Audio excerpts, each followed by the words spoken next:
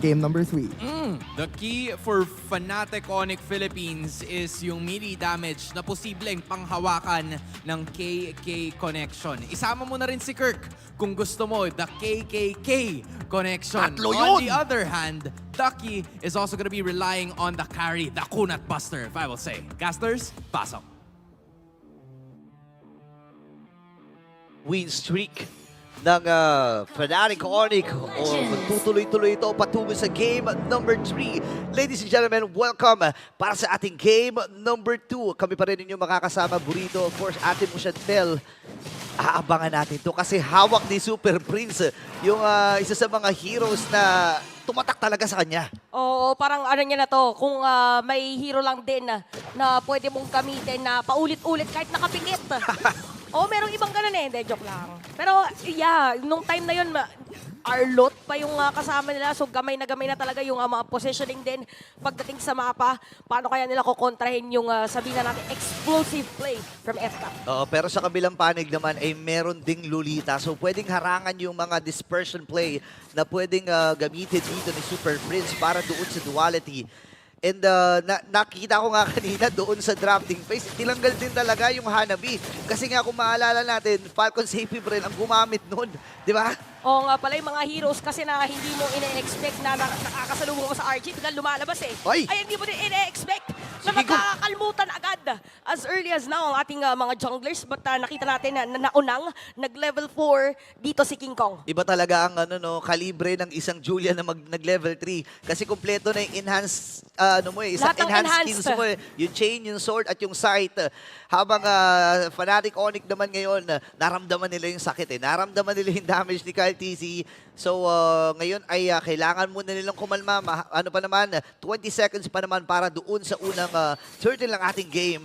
And dito sa may bandang ibaba, magandang pag-usapan to Super Marco versus Kelra. Paano ba yung match-up ng isang Ruby versus Akari? Oo. Pero kasi, kung hero lang din, sabihin na natin yung range dito nung isang Super Marco or na isang Akari. Sinabi ko, hero pag-uusapan, tapos binanggit ko si Super Marco, Yun no? nga eh. Pero yung range ay, sabihin na natin mas melee yung isang Ruby. But anyway, mamaya natin pag-uusapan yan. Op. Kasi meron ng pagpasok doon. King ko makakakuha ng turtle, flap PC, ang kanyang tatargetin. At halos mawawala ng ng buhay ka LTC. Ay nakatakas pa rin. Pero nagamit na yung Revitalize at si Few alis muna doon sa spawn. Okay, dami nagamit na ultimates doon. 4 na ultimate para sa Falcons AP Bren. Pero successfully nakuha ng Fnatic Onic yung unang turtle ng laban na ito. Pero going back doon sa match-up ni Kelra at saka ni Super Marco. Tama nga sinasabi mo, range obviously ay lamang si Super Marco dito. Pero kasi ang mahirap dito, yung dikitan eh. Pag Yung nadikitan dikitang ka na, no? laban. And kahit anong gawin mo, kayang-kaya kang dikita ni Kelra eh. Remember, may Don't Run Wolf King, may extra dash kasi yan every time na i-skill siya eh, di ba? Tapos sobrang bilis pa ng cooldown. Yeah. So kailangan dito, napaka-importante at magmamatter yung positioning ni Super Marco if ever. So eto na ang abangan din natin kung paano magiging kontrahan ng ating mga post 5 for Brusco. Isang malakihang setup play. Si Ogwe naman, na feeling ko pinaka magiging function niya dito is talagang haharangan at sasalagin ang mga bala or kung ano mang pwedeng ibato ng Fnatic Onic. Oo, ang dami rin pwedeng iba to dito. Actually, si King Kong, si Super Prince. Pero may diversions play sila na gagawin dito. Super Prince, nakita niya na may nakatagong spawn doon. And natunugan na agad ng Fnatic, ng Falcons AP Bren yung ginagawa or yung gagawin dito ni Super Prince. Ngayon, 3 minutes and 30 seconds ng ating game. Mahaba-haba pa naman. 30 segundo para sa pangalawang pag-uong ng laban na ito. Magkukooldown na rin yung diversion dito ni Super Prince. Kaya kailangan maghanda. Tinan mo, nag-scatter around doon sa Turtle Pit. Itong Falcons, Fnatic, Falcons AP Bren. Nalilito na ako. Parehas kasi F eh. Oo, tas parehas pang P. Parehas F eh. Oo, FP parehas yung dalawa. Kulang na lang ay makita ng mga nanonood sa FYP. Itong video natin. So nakita na rin by the way si Ogwen at 6 seconds bago magkaroon ng pagong dito sa ating game. Medyo kalahati yung buhay doon ni Super Marco at ayan na nga, nag-spawn na at sisimula ni King Kong dito kasama kanyang mga Brewski. So for FCAP, magkakaroon ba na isang malawakang aluminum blast from Ogwen dahil hindi pa sila masyadong pumapasok? Yun nga, yung 4 na flicker ay available ba dito para sa Fnatic Onic Philippines? Nasundot! Nasundot, mga kaibigan! Ang ipinagbabawal na teknik! Oh my gosh! Parang toothpick! Minadali lang talaga. yun yung timing ng since season 1 ng MPL Philippines ay naglalaro ka na. Alam mo na, yun yung mga milliseconds na yun. Oo, nakita niya parang, ay, narinig ko yung retry. Gamitin ko yung katabi nung pag-spawn yung sa spawn. Yung toothpick. Yung toothpick. Na-toothpickan. Na-toothpick ang Ayan no, may Ayan, natirang sobrang liit na buhay doon. Kaguhit na lang. Gaguhit, ibang klase talaga itong si Pew ngayon. Naagaw yung or nakuha na yung Torre dun sa may ibaba! Naku po, ito mga pangyayari nakaka-traumatize talaga. Kaya dalawa agad makukuha ng Fnatic Onyx double kill para kay Super Friends nung moment na yun. Pero nakita ng FCAP nung time na yun. Natunugan nila pero ang bilisan talaga ng reflexes dito habang yung penalty zone nagamit na rin ni Flap TC. Si King Kong ay mamamatay din. Uy, hindi na buhay! Nakapag-dash. Nagkaroon ng lifesteal nung moment na yun. So, naging casualty lang. Doon sa moment na yun is Flap TC. Oo nga pala, no ba nagtatransform ka kasi from wolf to a human form, may extra shield ka na nakukuha and yun yung naging reason bakit nabuhay si King Kong doon sa nangyari na yun.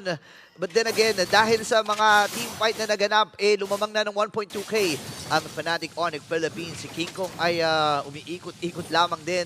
Habang ang ganda ng flow nila dun sa may top lane, alam mo pati yung mga MPL fan, nakikita na natin yung support. At naman, sabi dito ni Kazumi, okay yan kasi si Super Prince ang gumagamit ng Luyi. Oh, tas meron din na supporter naman ng FK pa, si Adlib, a newbie guitarist. Okay daw yung carry para makunat ng mga kalaban. Oo nga, kasi meron nga naman talagang true damage na nanggagaling dun sa kanyang mga shurikens. Ngayon, ikatlong pagong ng laban na ito. Fnatic Onyx Philippines, naghahanap ng pwesto pero maganda na ang nakuhang posisyon ng Falcons. AP Brent, may diversion play sila gagawin. Ay! Huli ka! Hindi pala. Hindi. Oo, nakapag-dash away. Si Kyle TC nung moment na yun. Yung mga sinasabi natin, pag nakita mo kasi yung portal, yung diversion, parang mapapaisip ka, itutuloy ba nila to o hindi? Or nagzo-zone out lang talaga? At ang sino-zone out nila ngayon si Kirk, si Brusco! Ay, makakapag-implosion nung moment na yun. At grabe naman! Yung success rate na makuha dito ni Few, yung turtle. At dire-diretso pa nga, Brusco is down. Makakapatay dito si King Kong, pero na-target na rin shot na iwan pa si Kel Ra. At makakapag-wolf form. Pero Falcons AP Brent, sila yung nanalo sa teamfight na yun. Hindi ako makapaniwala dito. Dalawang bagong nakuha ni Pew, mga kaibigan. Hindi naman, ito yung mga hindi na mapaliwanag ng siyensya. Ito na yun. Alam nyo kasi guys, nung mga panahon na tinawag na idol ng mga kids, si Pew. Si Kuya Few ay dati pang jungler. Retribution holder siya noon. Naalala ko no mga Selena, mga Kagura, yung mga ginagamit niya. Tas High mga school Gusion. pa lang ako nun. High school ka pa lang ba nun? Grade 6 pa lang ako nun eh.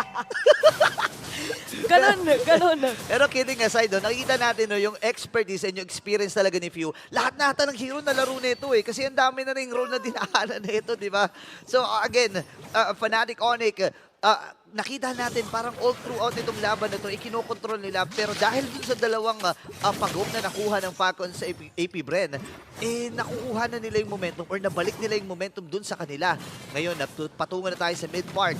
Kailangan lang nilang mag-ingat dito kasi hanggang ngayon hindi pa rin namamatay itong si Bulletproof Super Marco with 0-0-3 na KDA. Tingnan mo naman, napakayaman din. Oo, siya ang nasa tuktok ng gold received. So, 5,700. So, again, para sa Fnatic Onyx, maganda sana yung setup play kanina. Yeah. Nagkaroon lang nga lang ng counterplay dito yung Falcons AP Bren. So, ito na yung mga moments, no? Ito yung kinagandahan sa high level of MLBB na nakikita natin from the team sa MPL Philippines Season 14. Wow, kompleto. Wow. Hindi sila masyadong nagbibigay ng information at kung maaari lang na hindi na sila gumalaw sa mapa. Ganon yung ginagawa nila. Pero alam yan, ng side ng FCAP, na nandun yung mga players na meron ding spawn, si Few kanina, magte-teleport. Ang biggest question dito, magte-teleport ba ang Fnatic Onyx bago mag-teamfight sa Lord? Ay, ang ganda ng ginawa ni Flap TC dito. Actually, masasagot yan mamaya Lalo na si Flap TC. Alam niya kasi na may nakatago dun sa may pixel Kaya binabato-bato lang niya ng mga lason jutsu itong Lord na ito. Ayun Ayan, makikita mo kasi kagad masakit yan Kapag nag-react yung Lord, tas patungo doon sa may pixel, ibig sabihin, may taong nakatago doon, di ba? Wait lang. Si Kirk ay nakaabang din. Ang ganda ng ginagawang pag-control doon sa nakuha. Wait lang. Speaking of makukuha, si Flap TC, ginugulat tayo, ha? Hinatak lang. Kasi kung nagkataon din ay hindi maharangan ni Ogwen yung vacuum dito ni Super Friends. So more discipline ang pinapakita dito ng Fnatic Onyx. Kasi nakita nga nila yung counter initiation na pwedeng gawin ng F-Cap. So 9 minutes sa ating game. Again, napaka ano na to, parang nagkakasaikuhan na lang yung mga teams natin. Kung magkakaroon ba ng teamfight or not. Kung kukuha muna ba sila ng player. Pero isa lang ang pinakamasasabi natin, tuloy pa rin ang hatakan.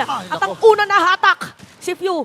Mukhang ano yata kanina nakuha kasi 2 turtle Oo Baka nga makuha yung Lord. Unahin na natin si Few. Inuna na kagad, 4v5 tong laban na to pero may diversion play din na gagawin. Walang idea dito ang Falcons AP. Ay! Implosion na naman! Dalawang mahuhuli doon. Pero makakapag-Winter Crown si Flap PC. Meron Kurt! mga counter set pero si Ken tuloy pa rin ang paghata. At si King Kong nga ay double kill na. Diretso kuha dito ng mga Sonics para sa Lord. Mabilisan lang ang pagkuha ng Lord na yon dahil sa pagkakamatay ni Few. Naging 4v5 ang laban at isinuko na ng Falcons AP Bren yung Lord na iyon na malayang makukuha ng Fnatic Onyx Philippines. Mahaba-haba pa to. 1.6k gold lead ang nakuha ng Fnatic Onyx doon.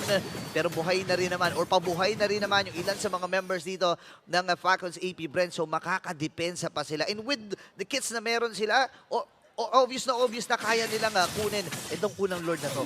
Tsaka alam mo dito para sa Fnatic Onyx, parang ang ginagawa nila, pag nahanap nila kung nasa si Ogwen, sobrang line and diversion nila kay Ogwen para makahigop. Oo. Dito si Super Friends kasi sabi nga natin parang yun yung pangsalag, di ba? So parang gano'n yung nangyayari. So naku, maaagawan pa si Kaltin dito ng purple buff. So talagang sakop na ng Fnatic Onyx yung mapa. Yeah, and napansin ko rin si Few ay naka-roam boots na rin dito, no? Para sa additional na kapag nakaka-kill siya. Wait lang merong diversion play na pinaplano na naman. Na-trauma bigla kung saan pupunta kasi hindi mo na maisip Yup. Magulo na rin talaga. Actually, kapag Fnatic Onyx Philippines ang naglalaro, sobrang gulo talaga. No, kung saan mo makikita yan, si Super Prince, kung saan bumabato, and kung ano-ano mga dispersion and rotation, and si Brusco. Ito yung nakakatakot. Yung combo, for sure naman, nakasalubong niya na sa RG yung mga ganito Yung mga Tigreal. Isang set lang ako. Isang set lang. Tingin na. Tingin sa akin. Ganun na yung mga nagiging call dyan. And yung pagkasasama ng Louie at ng Tigreal ay talaga nakakatakot. Oo, narinig na naman natin yung mahiwagang concede. Ay! Pero ni Zone wala tatamaan sa moment na yun. Kaya ang perfect target nila is gonna be Flap TC pero may Winter Crown na gagamitin doon. Pero makahatap pa rin dalawang players na F-Cap. At tuloy pa rin yung laban natin. Super Marco free hit. So walang casualty nung moment na yun. Pero tama ang naging reaksyon na ating crowd napasigaw sila after nung pagkakagamitan ng mga skills. Kahit siguro yung mga teammates dito ni Flap TC na pasigaw din pagtalon niya doon sa penalty. So walang tinamaan, buti na lang meron siyang Winter Crown para makaligtas siya doon sa pwedeng ibigay sa kanya at ibato sa kanya ng mga skills dito ng Fnatic Onyx Philippines. Ang ganda ng hugot ni Kelra, but then again kulang pa rin sila doon sa damage dahil nga sa kunat din ng mga heroes dito ng Fnatic Onyx Philippines. Falcons 80 rin, nalilito na naman ako. 30 seconds para doon sa Lord.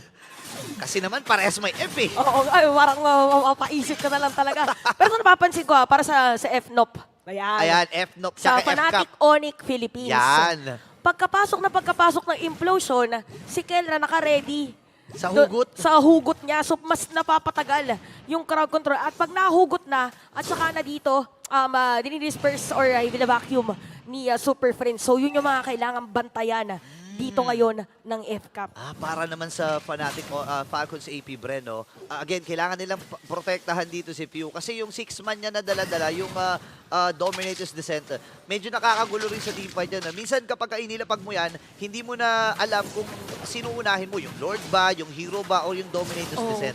Diba? And walang instant na pang tunaw dito ang Fnatic Onyx Philippines doon sa Dominator's Descent. No? Ang kailangan na lang nilang gawin dito, alagaan si Few, wag mahuli kagaya nung nangyari nung unang Lord. Yung kanina, no? Na nahuli kagad. Go-burst ata nila Oo, to parang fast lord yata. Tingnan natin. Naku, napigilan at nailayo doon si Cal TC. Karoon si Keiko makakakuha dito ng Lord. Dediretso yung bahan ng Falcons AP Bren. Ginamit na naman yung Winter Crown. Pambuhay pa rin dito si Flap TC. At si Kelra medyo aaray ng moment na yun. So walang casualty para this side. Natitified pero si King Kong Oh! konting Buhay pa. lang pero kakaiba ang akim at nakikita natin. At ayun na nga, Kirk with the kill. Buhay pa rin sila dito pero si Blatis yung magiging next sa target. Ogwen na kailangan na Ay! tumakas. Buti na nandun yung nakakapatay na ba siya ilipante dito ni Kyle TC. Habang Ay, may may play TV na na naman! gagawin. Diversion play na gagawin. Ay, bulaga! Walang tatawa ng moment na yun. Kaya si Bruce ko naman makukuha nila. Si Kendra dito ay merong crowd control lang naman. Oh! Merong ring para sa kanila. Pero grabe mga paghatak. Kaya naman sakto. Dito si King Kong. Pero si Ubus Candice ata! double kill din. Nako po! It's gonna be a shutdown para dito kay King Kong. And a wipeout para sa Fnatic Onyx. Nagmamadali at sumisigaw na ang mga Sonics. Ito na at ang pagtatapos. At unti-unti na nga kinakalmot at kumakatok ang game number 3.